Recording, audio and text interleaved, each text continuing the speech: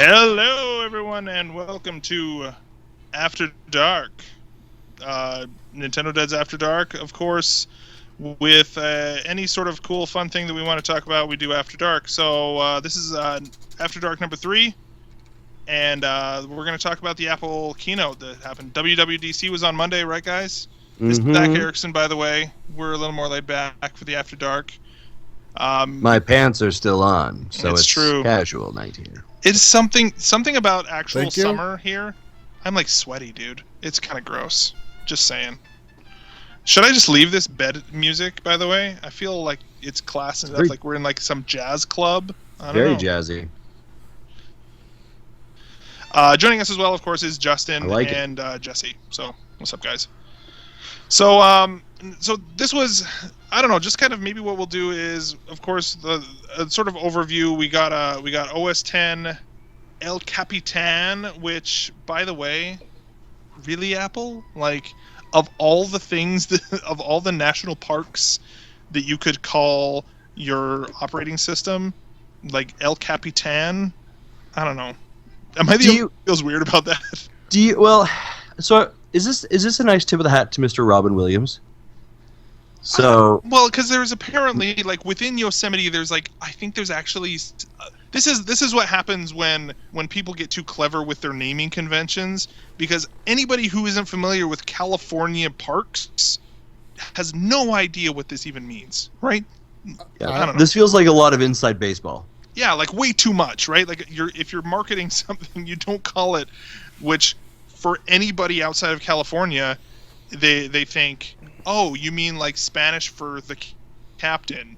What is that? Okay, Anyway, I'm gonna fade this music out because it's just like a lot of burp, burp, burp, burp, burp, and it's weirding me out.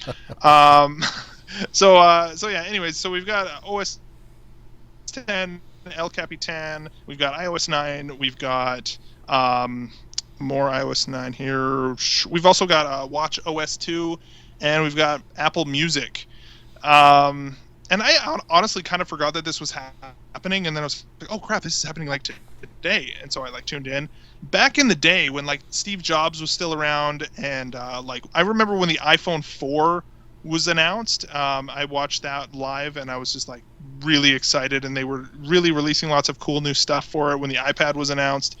And I feel like lately there's been a lot of iteration and like very like small upgrades to this, and the sort of hype that used to come with an Apple keynote has kind of been reduced quite a bit. How are you guys feeling just like overall for this particular keynote before we get into the specifics? How do you feel about it? What was your hype level going into it, and were those, like, how are you feeling on the flip side? Jesse, let's start with you. Yeah, I'm always excited for these keynotes, especially the WWDC one, and I am just glad that they didn't do this during the same week as E3. They have a track record of doing so. Yeah, it was nice because there was a little bit more of a buffer between that, because usually it's like Monday morning, Apple and Microsoft are giving keynotes at the same time. Yeah. Right? Like, it's a little bit crazy. Yeah, so I think last year they did it a week off, and then this year they're doing it a week off, which is nice. Mm-hmm. Yeah, right on. And other than just being the longest keynote they've ever done. Oh, it was terrible, man! Like 2.5 hours. Are you kidding me? When I watched it live, I ended up having a call for work. Starting about when they started talking about the music at the end, and so I just had the thing muted, and I'm like, that thing still hasn't ended yet. Wow. Yeah. Which, let me tell you, like, spoiler alert for that music thing. You just missed a lot of like cool music people really being awkward on stage. I don't know if anybody was following me on Twitter as that was going on, but like by the end of that, it was rough. Like, I don't even know who that cool guy was who kind of introduced Apple Music, but he got up there and he was like rough on stage. He could have used a little bit of like stage coaching before he got up there.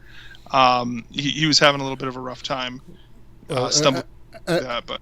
He probably had the same problem that I have when public speaking. Stick a microphone in my face, I'm fine. But stick me in front of a crowd of people, heck.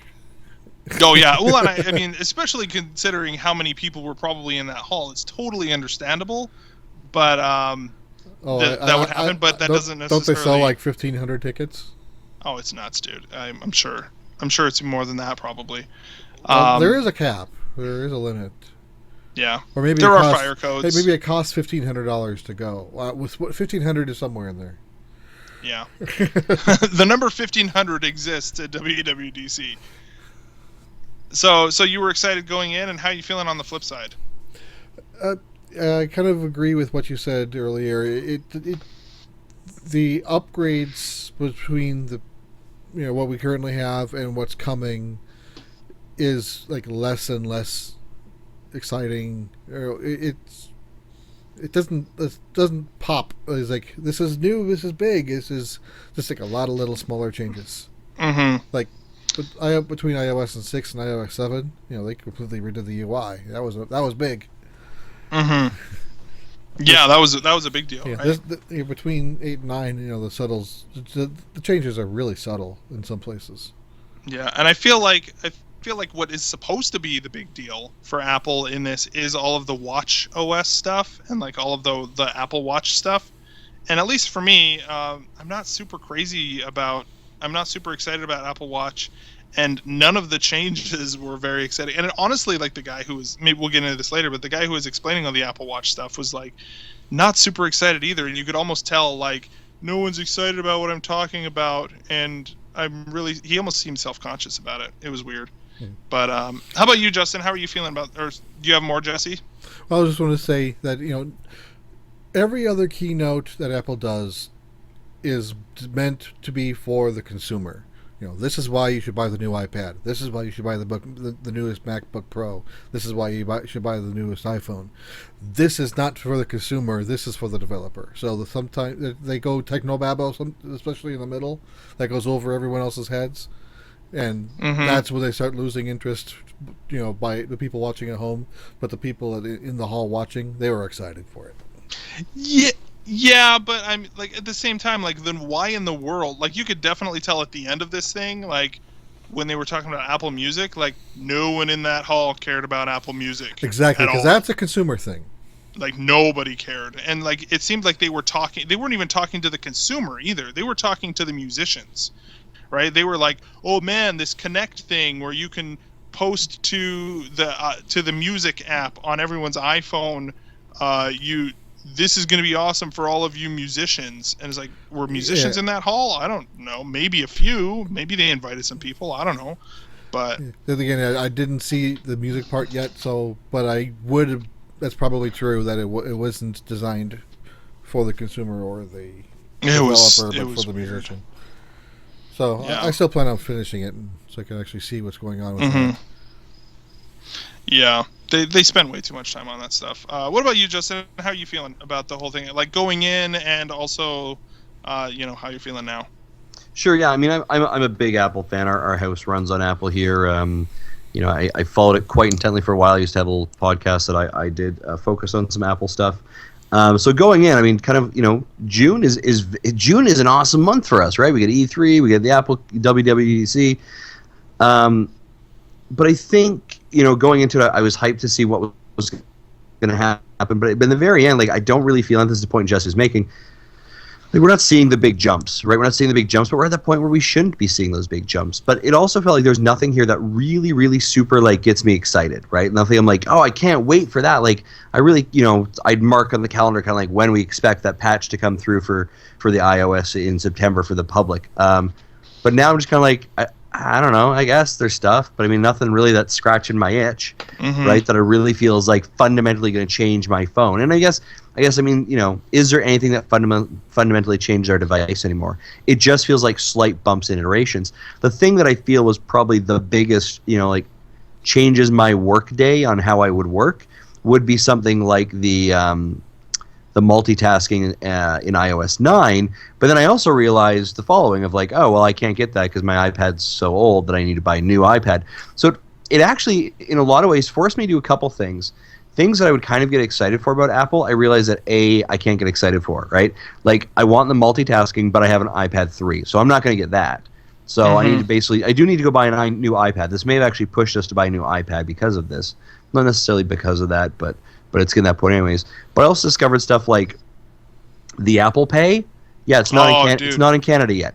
We can't figure that one out. You can go to the UK, but you can't figure out Canada. I was really excited to hear about Apple Pay, and like I just kind of assumed that they were going to have Apple Pay in Canada for this time around. And when they said no, UK only, I was like, that took so much of the wind out of my hype sails that I was just like, oh, really? Well, I don't really care about anything else that's coming after this. Like I kind of like sat in the corner and crossed my arms and was like, screw this Keynote. Like after you took your ball and went home. Yeah, seriously, like that's how I felt. And then you flip into news, like the news app they introduced, right? Which is obviously their competitor against. There's another component here. I felt like what they were doing is they were rolling out their competitors against a lot of other apps. So like news is a competitor against Flipboard or whatever, right? Well, I think news is also. I think it's also cleaning up the newsstand app. Sure. Because right now, if I was a magazine like creator, that newsstand app in particular is kind of crappy because it hides everybody's content behind a different icon now, right? Which I think it's still going to do that, but it's going to reframe it in a much nicer way. Into this news app, and hopefully they're going to in iOS 9 they're going to have, we'll still get the news app, but we won't necessarily get this sort of, catered or, sort of content as well. Those special sort of, those systems or whatever. But, Zach, my understanding is that you and I will not get the news app. So are we going to be stuck with the newsstand, like, or do we still get the sort of facelift of the news app in iOS 9, but not available to the good old Great White North. Yeah, see that they need more. They need to explain that more, because if it is actual like a facelift of the newsstand, then I think that we may get something, but not all of it. That wasn't entirely clear. So I'm really excited about Notes and being able to now basically do Evernote in Notes. Like, do you mean like that's the thing? So that was a big one. That's let's do this. So now I don't need to use Evernote. I guess I can use Apple Notes, and I guess now Siri can be a little bit more lippy to me. Awesome. Oh, dude, actually, that's already happened, by the way. Some of the Siri stuff is already in the cloud. I actually was doing some stuff today. I was driving to somewhere, and I had a bunch of text messages, and so I'll use that to do the sort of the voice messages or whatever. And I was responded to a text messages from using dictation, and all of a sudden she's like, "Do you want to send it?" And I was like, "Yes." And all of a sudden Siri's just like, "And off to the cloud it goes." And I was like, "What?" I was like, "Are you kidding me? Really? Like that's what you're gonna? Okay." And he's like, "Do you want to listen to more messages?" I was like, "Yeah, sure, whatever." But like, off to the cloud it goes. I was like, "Oh, right then." That was interesting. So but do you use the male or the female voice? I use the female voice. I kind of wish, and I don't know if maybe they fixed this, but I really want, like, for the longest time I wanted to have it be like Jarvis, and so I wanted to have the male British voice, but it actually changes the voice recognition when you do that, and so like it actually will listen for a British accent when you do the male British voice. I don't know if they've improved that, but that's how it's been that's how it was when Siri first came out, and so I couldn't use it because it didn't recognize my own speech. I guess you'll just have to think of her as Friday. Yeah, there you go. Well, Friday's got like some weird Irish accent or something, right? Like, I don't remember. I only saw this movie twice. Yeah.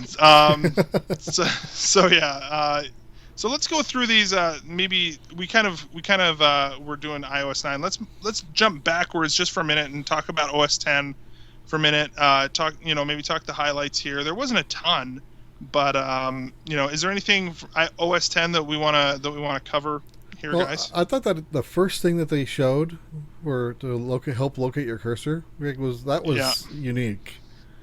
I thought that was pretty cool. It was like, oh geez, there it is. Yeah. I'm just scrolling through Apple's website as well. So yeah, the cursor thing was definitely a big one. Of course, they're always talking about experience and or performance is always better. The biggest thing for me for OS 10 was the split screen, like the snapping that has been in Windows since Windows 7. The sort of which I don't like. Snap the window to I've half never of the used other it. side. Yeah, I use it all the time. Like I actually use it every week when we do our recording, because I'll snap Audacity onto one side and I'll snap my soundboard app onto the other side, and so I've got both going at once. I use it very frequently. I just like to tile my own windows the way I want it.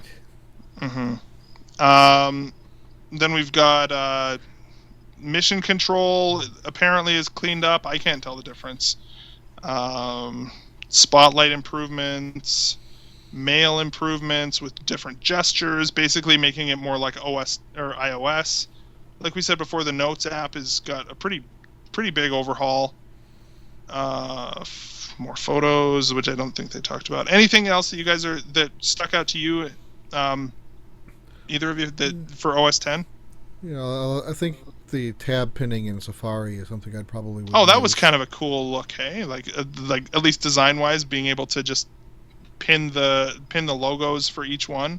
Yeah. In the tab bar was pretty neat.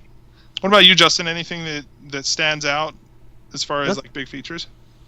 Unfortunately, no. Like, nothing really stood out for me in this. What you think? Have you used like Windows before, where you do the window snapping like on each side, the split screen? A little bit. We have a Mac Mini upstairs we run with a wider screen, so we've done that for a little bit of our work where we've actually got two screens running. No, I mean like with a single monitor on Windows. Basically, what's going to happen in El Capitan? So basically, you like pick up a window and kind of drag it to one half of the screen, and it will automatically basically fill half of your screen with that particular app, and then you take it and do it on the other side, and it'll fill the other half of your screen. So really? Yeah. So it actually looks very similar to what the multitasking on the iPad looks like. Okay. As far as the actual aesthetic goes, in OS 10 and on iOS, the aesthetic kind of looks similar, but it's just a really good way, instead of having to like move the window over to the left side and then reframe the window and then move the other one over. Like, it's just a much faster way of doing that. So, I want to hear the Smash Brothers announcer saying El Capitan. That'd be awesome. Yeah, so that's OS 10. What do you think of the Fortnite demo from Epic Games? all I can remember from that, I like the style of it. All I can remember it is the wobbly tree. He tried to chop a tree down, and it was like a rubber. It was like it like wobbled, like it was made out of rubber. Yeah, and then it looked okay. Then it just poofed after. Yeah, he did it was a damage. little weird. I mean, that has nothing to do really with OS 10 though. It's more of actually like that particular game's engine. But I mean, it looks good. I'm not totally surprised. What they were talking about is the Metal API they added for iOS last year. They're adding for Mac this year, and that's what. So that game is running on Metal. Okay. For the graphics. So graphics. Okay, API. so basically, the translation of that, in other words, being that you could develop a single game engine that could run on both OS 10 and iOS. Maybe. Is that a possibility? I think I imagine that the APIs would be similar, but I think what they do on iOS and what they do for Mac probably will be different. But I think that the core Metal APIs, I would imagine, would be still the same. So I don't think it would take much tweaking to make it work the other way. Right on. By the way, I played bass for core Metal in high school. It was pretty awesome. Different Metal. Yeah. Cool. Yeah. So that's OS 10. That's OS 10. It was it was what it was. It's coming in the fall. Public beta. Oh, public beta. By the way, that was interesting. That was new. It was a public beta, so that's in July. And then free upgrade in the fall. So then the wonderful hair of Craig. Oh, I guess the wonderful hair of Craig Federighi was doing the OS 10 stuff too. He's got wonderful hair. Brilliant. He also thinks he's hilarious, which he is hilarious, but he has a really high opinion of his own sense of humor. It's pretty funny. Anyway, then again, maybe that's just something that him and I have in common. I don't know. So moving into iOS 9, Justin, what do you think? What is there on there that caught your eye that we haven't already talked about? Yeah, I mean, I think for iOS 9, obviously increased Siri support. I think that's kind of cool. Getting that program up and running more. It's more. If I'm correct, it's more predictive now, right? Like it's a little bit more like Google Now-ish. Yeah, they're trying to predict. Yeah, like a Google Now sort of deal. I don't know if I necessarily like. They weren't very clear on how exactly that works. As far as like they were saying, oh yeah, well, if you had an email that had somebody's phone number in it, then we'll be able to pull that email or that number from that email, and even if it's not in your contacts, then we have a pretty good idea of who may be calling. Stuff like that, right? And they've done a little bit of that since iOS 8. If you look at if you get PR emails, you'll see a little button on the top of the email that'll let you create a contact based on the information it dug up through the email. Yeah. Mm-hmm. So it's probably doing a similar algorithm with it's just that now you don't even necessarily have, like, if you forgot to create that contact, but that PR person still calls you, for example, then they'll still say, oh, it's probably this person. Yeah, I think they used the word maybe. It may be this person. Yeah. So yeah, like I think that's pretty cool. Like I use when I travel, I actually use on my Apple phone, I have a folder that just says Google, and it's where I have all of Google's apps essentially. I love using Google Now because Google Now scans my emails, and I mean, yes, there's some privacy things, yada yada yada. I'm not worried about it, but blah blah blah, privacy, yada yada yada, confidentiality, whatever, right? Like I don't know. I'm a full believer that, listen, if you're getting something for free, you're the product, right? So they've already sold to me. Yeah. But I love the fact that I will get. Before my trip, I will get a reminder on a widget from Google that says, hey, by the way, make sure that you're leaving for the airport tomorrow by 6 a.m. By the way, the weather in Boston is supposed to be rainy next week, so make sure you bring a rain jacket. And the currency. That's super cool. Right? Like, if you use Google, try Google Now. And yes, it is a bit creepy in regards to like, oh dear Lord, you are scanning my email. But like, I've got there and it's like, by the way, your rental car confirmation is the following. And I don't need to zip through an email to find it. They scan my email because it all comes to my Gmail account. They scan it, they extract that. It's a widget. It says your confirmation number at Hertz is blah blah blah. The location for Hertz is the following. And your time of pickup is this. How does it work if you're using multiple Gmail accounts? Like, will it pull from all of them and consolidate it into one, or do you just need to make sure that you're using? I think you have to you sign in as whichever one you want that to be. So like for me, I sign in as my primary, my MASN one, my primary usage one, and it scans that. Cool. Yeah. Okay. But I mean, I love that. So if Apple's going to give me that, then beauty, that's great. Mm-hmm. And the difference between the two that they made sure to mention was that Google Now is all on the cloud. They're all analyzing all that stuff on Google's server side. Whereas Apple, they're like, we don't even want to know. Like, it is all done on your phone, and so like it's all kept on the device and not necessarily in the cloud. And that was a reoccurring theme through a lot of this conference. Was like, hey, it's on the device. It's okay. Yeah, you're safe with us. And he made a little joke. Like, that was a reoccurring theme. He said, "Who would collect that data? Or who would want to do that?" A little dig to Google, I presume. Yeah, which, you know what? Honestly, for me, I don't care. Like, I don't care how you do it. I just care that it gives me a cool function. But I think there are a lot of people who do care about that. The only other thing I'm like, obviously the multitasking was a huge deal. Oh, sorry. Did you have something else before we move on? Yeah, I was gonna say, I think the Notes app is actually pretty sweet. Yeah. My only problem with the Notes app. Also their statement about being able to go to like a reduced battery life. Oh yeah, that was awesome. That, like, I'm not even seeing that in this on Apple's website. It's probably in your notes here, Jesse. But yeah, like the sort of, because especially with my old phone, I just recently upgraded to an iPhone 6, but like when I was on my iPhone 5 and it's like kind of on its last battery legs, where it's like crazy. Like, I would just be in airplane mode from like 4:30 on, right? In order to get the amount of time. Yeah. But basically just knowing like, okay, we'll just go into power, conservation mode, and it's great for the rest of the day. I was trying to figure out where that setting is found, and I couldn't find it until my phone got down to 20% battery, and it gives the normal, here, you got 20% battery left. That's when it gives you the option to enable it if you want. Oh, that's cool. I like that. Which I said so it no. turns off like switches that aren't even accessible to through the settings. It was saying, and it basically will just like shut down everything. It probably changes how like background processing is done and all sorts of stuff. So yeah, I definitely will try it. I haven't done it yet. It's because I knew I was close to home, so it was ready to be plugged back in. So I just said, I just let it run normal. Mm-hmm. But yeah, they're saying just with the changes in the OS, without any other setting changes, should give you an extra hour of battery life, and then in the low power mode should give you an extra 3. Mm-hmm.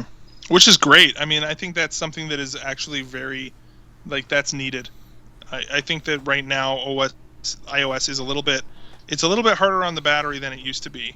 I remember like when I first got my iPhone 4, it had a pretty good battery life.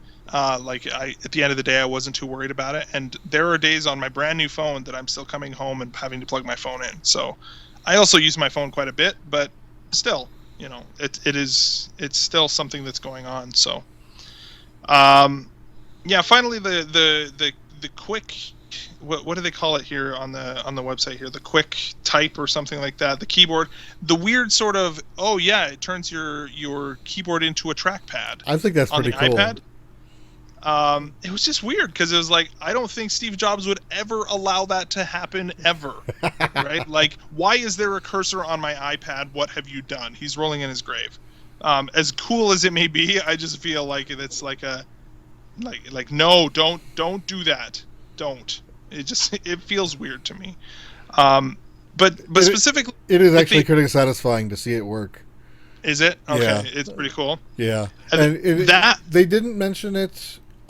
They talked about it as part of the iPad. It does work on iPhone. Oh, it does. Okay, cool. Yeah. That as well as like the multitasking. The multitasking in particular, I'm going into, I'm going back to school in the fall. I'm probably going to have to be doing research and papers and writing and all that kind of stuff. And I'm in this weird sort of place where I know I'm going to have to buy something. And this, honestly, the multitasking, my biggest concern was the reason that I figured I would need to have a laptop was because because I'll be doing like research for, reading papers and writing papers. And it's such a hassle to like, when writing a paper, like having like a PDF having like iBooks with my PDFs on one half of the multitasking, and then have like pages open on the other half, and be able to bounce back and forth and do the multitasking properly. I am seriously considering getting an iPad instead of a laptop for school, because I know I kind of have a pretty good idea of the type of tasks I will be doing. I won't be having to do programming and like video editing and all that kind of stuff that some programs do. It's a counseling psychology program, so it'll just be a lot of writing probably and reading. And so this seems like it actually may be a pretty good option for me going back to school. So that was one thing. It wasn't necessarily that I was excited for all these cool new features on my current hardware, but it made the iPad a much more appealing option moving forward. So. Anything else on iOS, guys? Okay. No. Awesome. Right on. Are you still here, Justin? Still here. Okay, cool. Are you falling asleep? No, I'm actually just just basking in sorting through my Apple stuff, actually. Cool. Right on. Next, finally, we have the Watch OS. Jesse, why don't you? Did you get this far into the Keynote?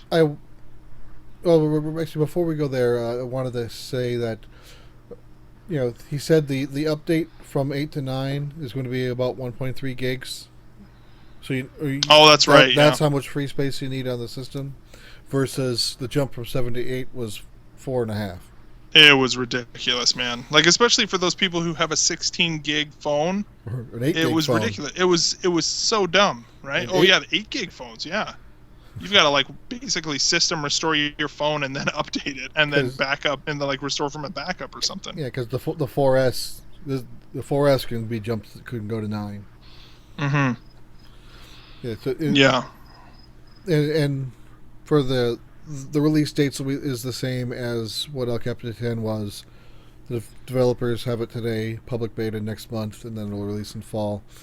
And I think this is the first time they did not drop any devices from being able to upgrade. So if your device has iOS 8, it can go to 9. So because it's not really a big jump. Yeah, any iPhone 4S or later, all iPads except for the original version, and then iPod Touch 5. Mm-hmm. Very cool. Then with Watch OS, when watching this presentation today and to build these notes, this is where I stopped. I ran out of time, so I did see it Monday, but my recollection of what was in it is kind of fuzzy. So I'll just go through like Apple's website of what is listed on their website. Honestly, there wasn't a lot. I know some people were really hoping that Apple would open up the App Store and let people create or sell watch faces. That is not happening. Although they have allowed you to, create a photo album or specify a specific photo for your watch face. So, like I said, I'm still using a Pebble watch. I use the Pebble Steel, the black and white Pebble Steel, and I love it. So some of this stuff I'm really interested to watch, no pun intended, what the Apple Watch is doing, to see, if something happens, but I'm not super excited about it. So they have put some new cool watch faces, time-lapse watch faces. They've added additional complications is what they're called. I think they're opening APIs so that actual app developers can put complications on the watch face, which are just like tiny little widgets on the watch face.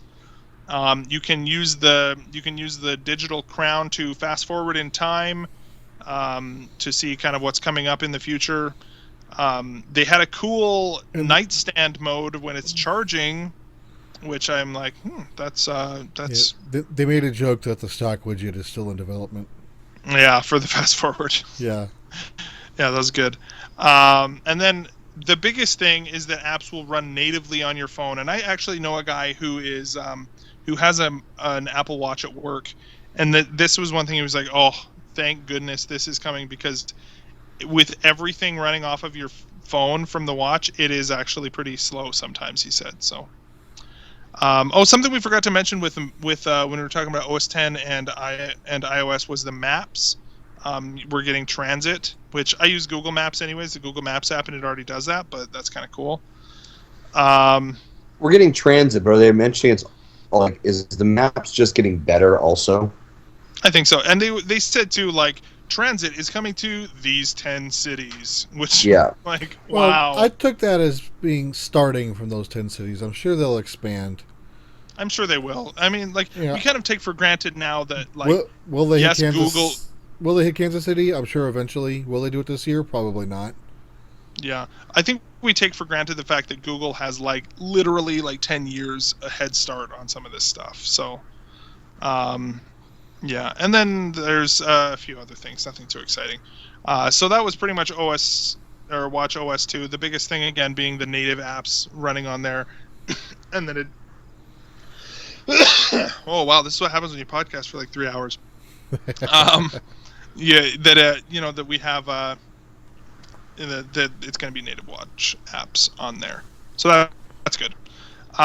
Finally, we got Apple Music, which we kind of talked before we hit the record button, Jesse, before we were even there. And honestly, like, we had talked about this before, when we started, but this was the point where I was like, "Are you serious that you're going on for this long?" It went for like another almost 45 minutes. Yeah, I think it was 45 minutes, and this was their one more thing. I was dying. I saw someone on Twitter say, "It's great that they're doing the one more thing again, but when we already know what it isn't very powerful. Doesn't have the And it wasn't even like it felt like everything that they announced, they over explained it. They tried to do like the whole like it's three things, and like the guy who was up on stage says it's three things. It's a music service, and like some of the people in the audience laughed, and because clearly what this guy didn't realize is that he had inadvertently made a reference to when Steve Jobs unveiled the iPhone, right? And he was saying it's a phone, it's a video player, or whatever he said, right? Yeah. And people in the audience laughed, and he like literally stopped in his tracks and was like, and like turned and looked at the slide behind him and was like, oh yeah, that slide says what I just said, and like kept going, and it was really awkward. But yeah, just by the end of this though, I was just like, so basically the three parts of it are what? Like somebody explain to me why I should be excited about Apple Music. What is the big deal here? Do we like, so it's I don't know, I'm not. Yeah. So basically, like it's replacing the music app. We know that, right? So the music app is that it currently exists. A month from now, when they release iOS 8.4, it will be replaced. We know that for sure. And so essentially, you will have the opportunity for $10 a month. You will be able to subscribe to Apple Music, and then you will have access to not necessarily all of them, right? Like not all of the music on iTunes, but it says it's all your music. So, okay, thanks. It has all my music that I've already paid for. Like, here's a question. Does this replace iTunes Match? I was going to say that. I was just going to say the same thing. I hope not, because I actually do subscribe to iTunes Match because I like the ability to be able to stream my music from and not have it live on my phone. Because I think that iTunes Match should be like a cheaper version of this, like, because iTunes Match is what, like $25 a year or something like that. Yeah. But if I'm paying $10 a month for this, I better not have to pay for iTunes Match. Like that better freaking be included, right? Or at least I'm hoping.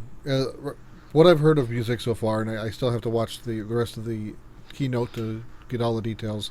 But I don't think that'd be something I'm interested in. So I hope they still keep Match as is, because I still I still use that service. Yeah. Well, I don't listen to music much, especially lately, since I've been. Whenever I'm not listening to a podcast, I normally will have Pandora on. Mm-hmm. So that's the first part, is that you've got your music. It's probably going to give you, it's probably going to be similar to like a Spotify or something like that, where you can have access to other music as well. Then you're going to have access to the radio station, which it's the Apple radio station, which, I mean, that's exciting, I guess.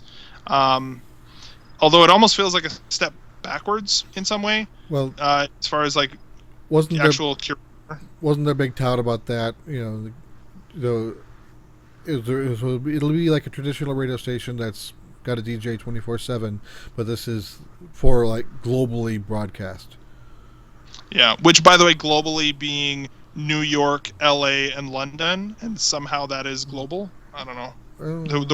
Maybe I didn't understand all that, but those are the three cities that it's broadcast from. Well, I understood that as the DJs will live in those cities doing the broadcast, but they'll broadcast out to anyone who's subscribing. Correct.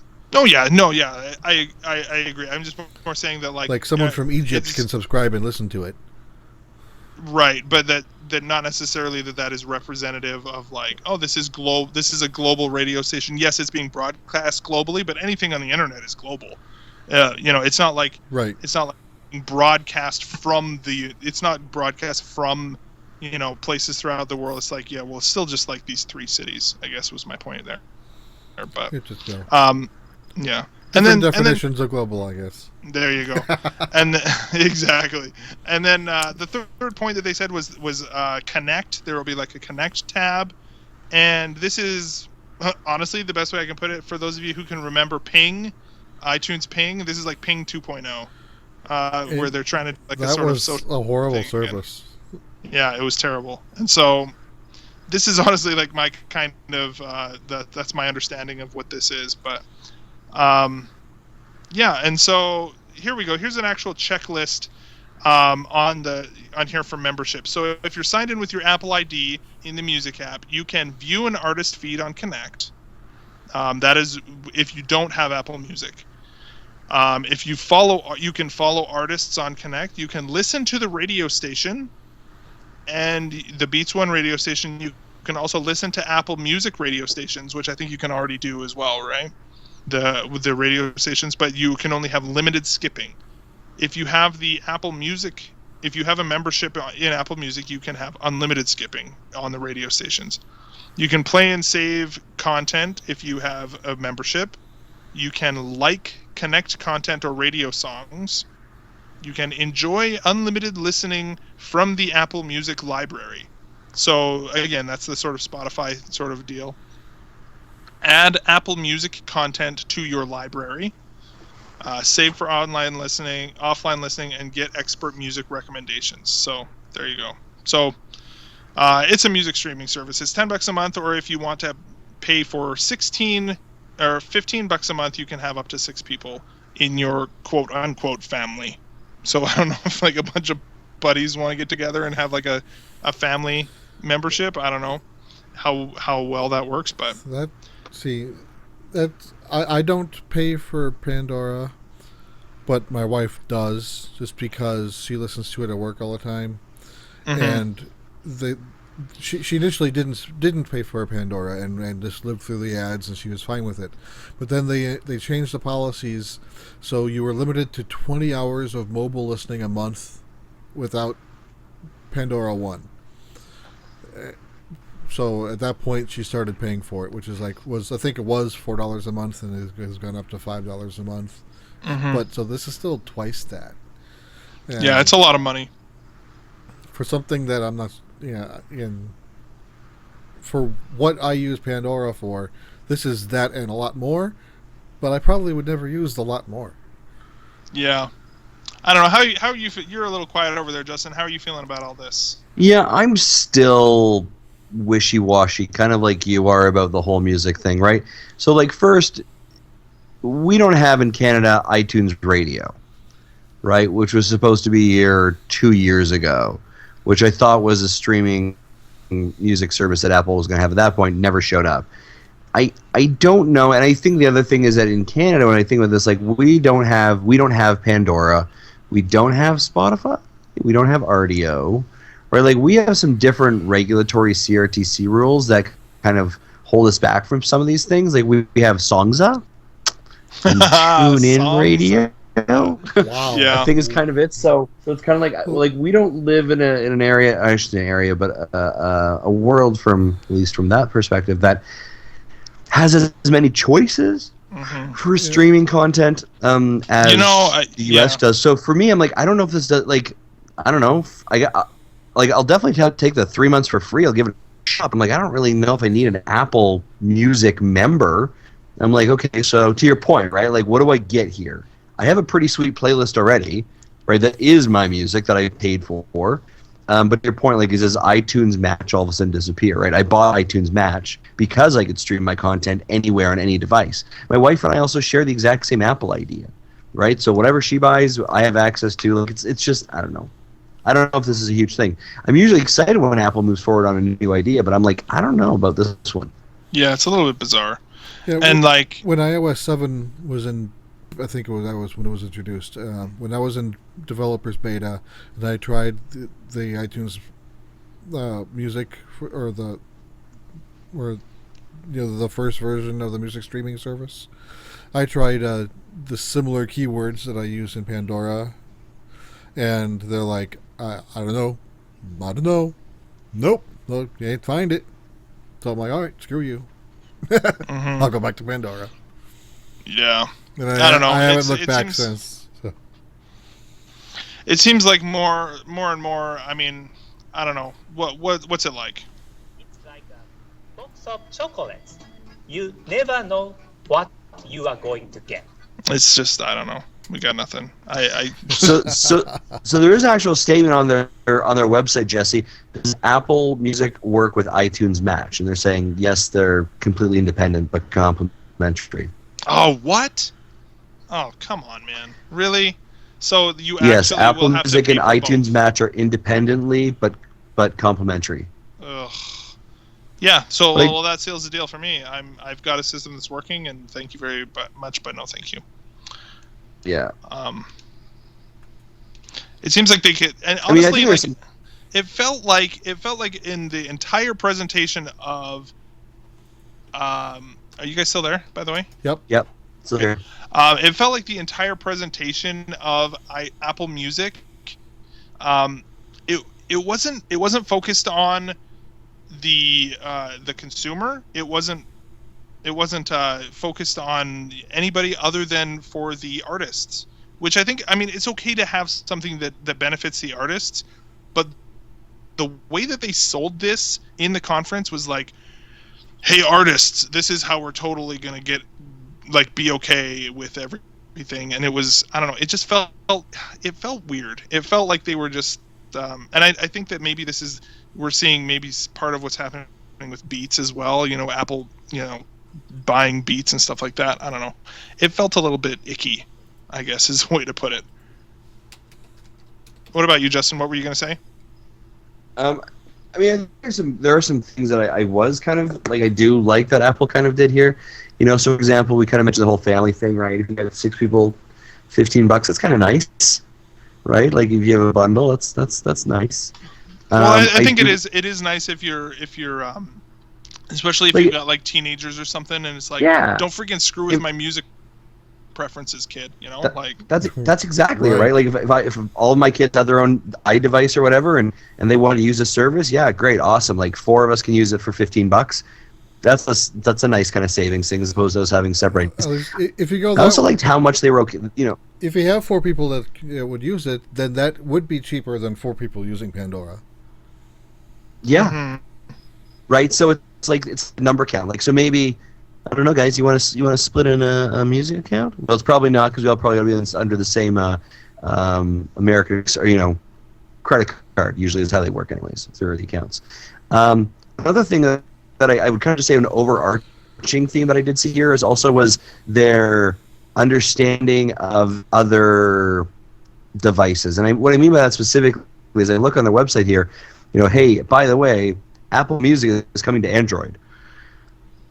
Right? Like, oh yeah, that's right. That was a big one. We actually saw more and more of them saying like, hey, there are other companies out there. We want to make this easy for you. So if you want to transfer from, I saw it on iOS 9 too. Where did I see that? It was like near the bottom. There's like an easy transfer plan. Yeah, there's an actual Android app that you can download that will assist you in moving all of your data to an Apple phone or to an iPhone. Yep.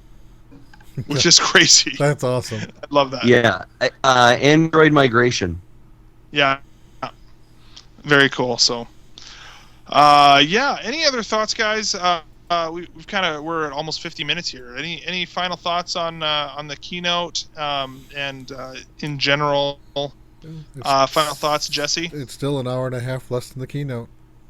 Yeah, it is still an hour and a half, and usually we are like making things way longer than they actually were. I anticipate the next Tuesday's episode, after the Nintendo digital event, we probably are going to be talking for a while. So I did like Tim Cook's little intro story before everything started. Tim Cook is a classy man. Can I just say this? Like, Tim Cook is like somebody that I just want to go and hang out with. Like, he's just a cool guy. Anyways, go ahead. Yeah, so I don't know, for those who haven't seen it, the story went, and I don't even remember the team or who it was, but yeah, someone just hit their 100th home run, in baseball, and it landed in their dugout. So the rest of the team took the ball hostage and says, "We'll give you this ball.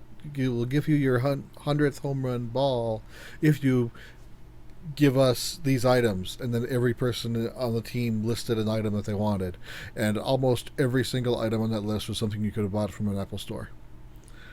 Most of them was an iPad, and they were all Apple products. Yeah, an iPad, Apple Watch. Was pretty funny. And so Tim Cook. You know, the guy who's like asking for like an iPod or something, who's like, "Dang it, I should have freaking got a MacBook." So, and then Tim Cook said that they will donate all these items so the team gets what they want, and he had the 100 home run ball on him. I don't know how he got that already, and would give it to the person who hit it. So that's kind of a fun story. And then, then they had a silly little Joe skit. Hold on here.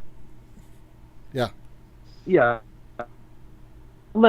So Apple's going to give free Apple equipment to people who make $15 million a year. Yeah. Major League Baseball players. Really? Because they can't afford it? Yeah, seriously. Yeah, you know, like, come on.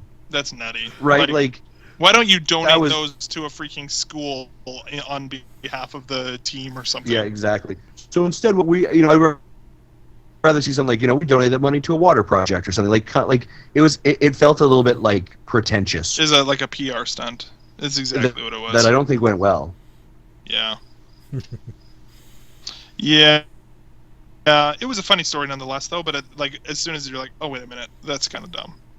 But sure, when you put it that way. Yeah. Sorry. Sorry to be the downer on that one, but that's normally cool. my job. I know. Well, You never know what you are going to get. All right.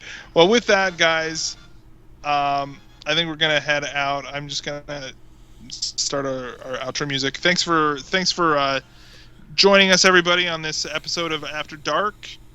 Do you guys have any final thoughts or anything before we bail out of here? It's sleepy time.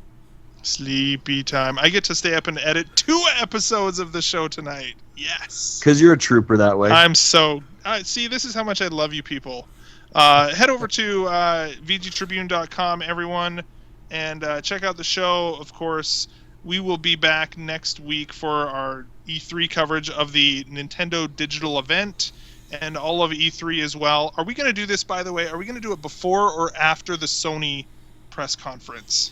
I would probably suggest after, just because I'm. So then we can kind of talk about the other two as well. Yeah, because I still plan on live blogging. Definitely Sony's and Nintendo's. I'll most likely do Microsoft's. EA and Ubisoft is maybe if I'm not if I need a break, I'm taking a break. So I'll be doing these live blogs at VG Tribune. Just go to the homepage and you'll see it. Yeah, absolutely. And then, of course, everyone go and follow us on all the social medias at Nintendo Dads, and you can check us out there. And let us know if you're continuing to like these After Dark episodes, because we will continue to do them as long as people like doing it. I don't know when the next one will be. I'm actually really excited for Jurassic World to come out. I don't know if anybody else is. Yep. I don't know. Maybe we do something for that, but it's going to be crazy with E3, so we may or may not do something like that. But I'm excited to force Justin to do one for Ant-Man. I hate you so much. You and Paul Rudd. Maybe do a combination episode with that and Pixels. Oh yeah, Pixels actually would be a really good one. Just given we're gonna have to start talking about some funding here, people, because now you're just putting me through work and torture. Adam Sandler and Paul Rudd, there you go, and Kevin James. Right on. Cool. All right, everybody. Well, we will talk to you guys later, and thanks for listening. See you next week. Bye bye. Bye bye.